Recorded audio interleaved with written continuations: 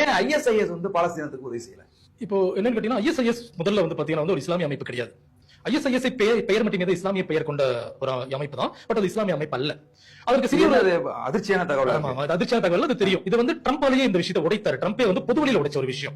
ISIS உருவாக்கியது வந்து Hillary Clinton அப்படின்ட்டு அவர் உண்மையை போட்டு உடைச்சாரு. ஹிலாரி கிளின்டன் அங்க இருந்து அப்படி வெக்கமாக பாத்தீங்கன்னா குனிஞ்சு நினைச்சு நான் இது பண்ணாங்க. ஹிலாரி கிளின்டனும் அவர்கள் பாத்தீங்கன்னா வந்து ஒபாமா எல்லாம் இருக்கும் பொழுது உருவாக்கப்படுவதுதான் பாத்தீங்கன்னா ISIS உருவாக்கப்படுது. அமெரிக்கா உருவாக்கிய இயக்கம் தான் ISIS. அமெரிக்காவும் இஸ்ரேலும் இணைந்து உருவாக்கின ஒரு இயக்கம் ISIS.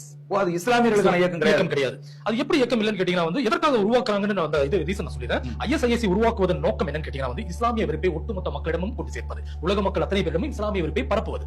ஏன் அந்த இஸ்லாமிய வெறுப்பை இவர்கள் பரப்பணும் அப்படின்னு கேட்டீங்கன்னா இவர்களுடைய முழு எய்மும் பாத்தீங்கன்னா முழு குறிக்கோளும் அந்த மத்திய கிழக்கை அபகரிக்கக்கூடிய குறிக்கோள் தான். அப்ப மத்திய கிழக்கை அந்த மத்திய கிழக்கை அபகரிக்கணும் அப்படின்னா மத்திய கிழக்குல சண்டைக்கு போகும்போது இவர்களுக்கு ஒரு காரணம் தேவைப்படுது. அது பயங்கரவாதத்திற்கு எதிரான போர் அப்படின்ற பிரகடனம் தேவைப்படுது. இதுக்கு ஒரு எக்ஸாம்பிள் உங்களுக்கு சொல்லணும்னு கேட்டீங்கன்னா ஈராக்ல சதாம் ஹுசேன் இருந்தாரு. சதாம் ஹுசேன் வந்து பாத்தீங்கன்னா வந்து அழிவு ஆயுதங்களை வைத்திருந்தாரு. அதனால நாங்க வந்து அவரை வந்து மேல வந்து படையெடுக்கணும்னு சொல்லி உள்ள போனாங்க. படையெடுத்து சதாம் ஹுசேனை கைது பண்ணி சதாம் ஹுசேனை தூக்குல போட்டு கொண்டாச்சு. இன்னைக்கு வரை அவர் வச்சிருந்த அழிவு ஆயுதம் காட்டல. இன்னைக்கு என்னாச்சு கேட்டீங்கன்னா வந்து ஈராக்ல இருக்கக்கூடிய அனைத்து எண்ணெய் வளங்களும் இவர்கள் சுரண்டி எடுத்துட்டு இருக்காங்க. அமெரிக்கா சுரண்டி எடுத்துட்டு நோக்கம் அதுக்கு வேண்டி சொல்றது. இப்ப இதுல வந்து என்ன கேட்டீங்கன்னா ISIS அமைப்பினுடைய ISIS தீவிரவாத அமைப்பு நாட்டுல இருக்குன்னு சொல்லி அந்த நாட்டுக்குள்ள பூந்து என்ன வேணாலும் செய்யலாம், என்ன வேணா செய்யலாம்.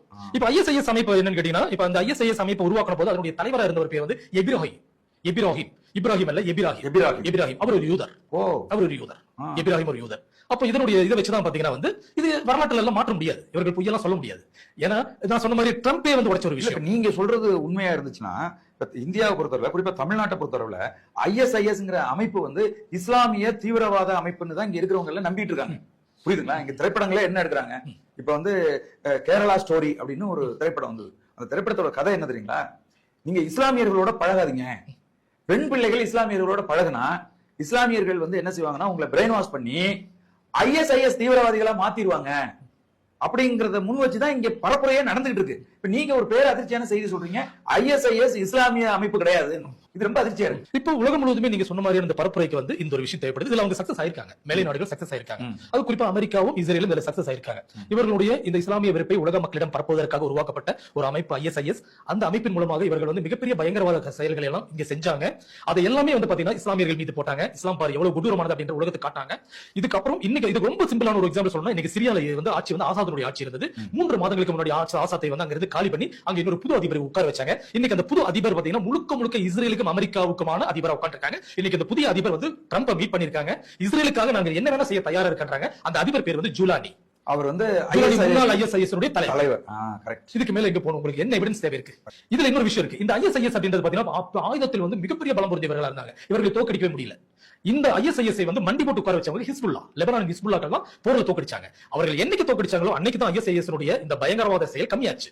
அன்னைக்கு தான் இந்த ISIS தீவிரவாதம் பயங்கரவாதங்கள் கம்மியானது மட்டும் இல்லாம அவருடைய ஆதிக்கம் ஒடுக்கப்பட்டது. அவர்கள் ஆதிக்கம் ஒடுக்கிறது வந்து ஹிஸ்புல்லாக்களும் ஹமாஸ் தான் ஒடுக்குறாங்க. லெபனான்ல முழுக்க ஒடுக்கிறது வந்து உங்களுக்கு ஹிஸ்புல்லா. மிகப்பெரிய வார் நடந்துச்சு ISIS கூட.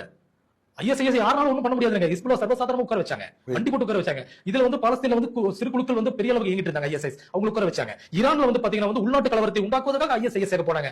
ஈவன் வந்து புர்கினா ஃபோசோல வந்து ISIS வந்து பெரிய கலவரத்தை பண்ணிட்டு இருந்தாங்க. அது இப்ப இப்ராஹிம் டாரை வந்து தான் ஒடுக்கி இருக்காங்க. அதேதான். அப்ப இது வந்து அமெரிக்காவுடைய இவங்களுடைய ஒரு இதுதான். இன்னொரு விஷயம், ஆப்பிரிக்கா நாடுகளை வந்து இவங்க கைப்பற்றாங்க இல்லீங்களா? இது எப்படி கைப்பற்றாங்க? அதுக்கும் உளவு தகவல் மொசாட் தான் கொடுக்குறாங்க. மொசாட்டுக்கு வந்து மிகப்பெரிய வேலை. மொசாட்டுடைய வேலை அப்படின்றது பாத்தீங்கன்னா அமெரிக்காக்கான அனைத்து வேலைகளும் எங்கெங்க உலக நாடுகள்ல போய் அமெரிக்கா வந்து கைப்பற்றணும்னு நினைக்கிறதோ அங்க இருக்கக்கூடிய அனைத்து உளவு தகவல்களையும் எடுத்து கொடுக்கறது மொசாட்டுடைய வேலை.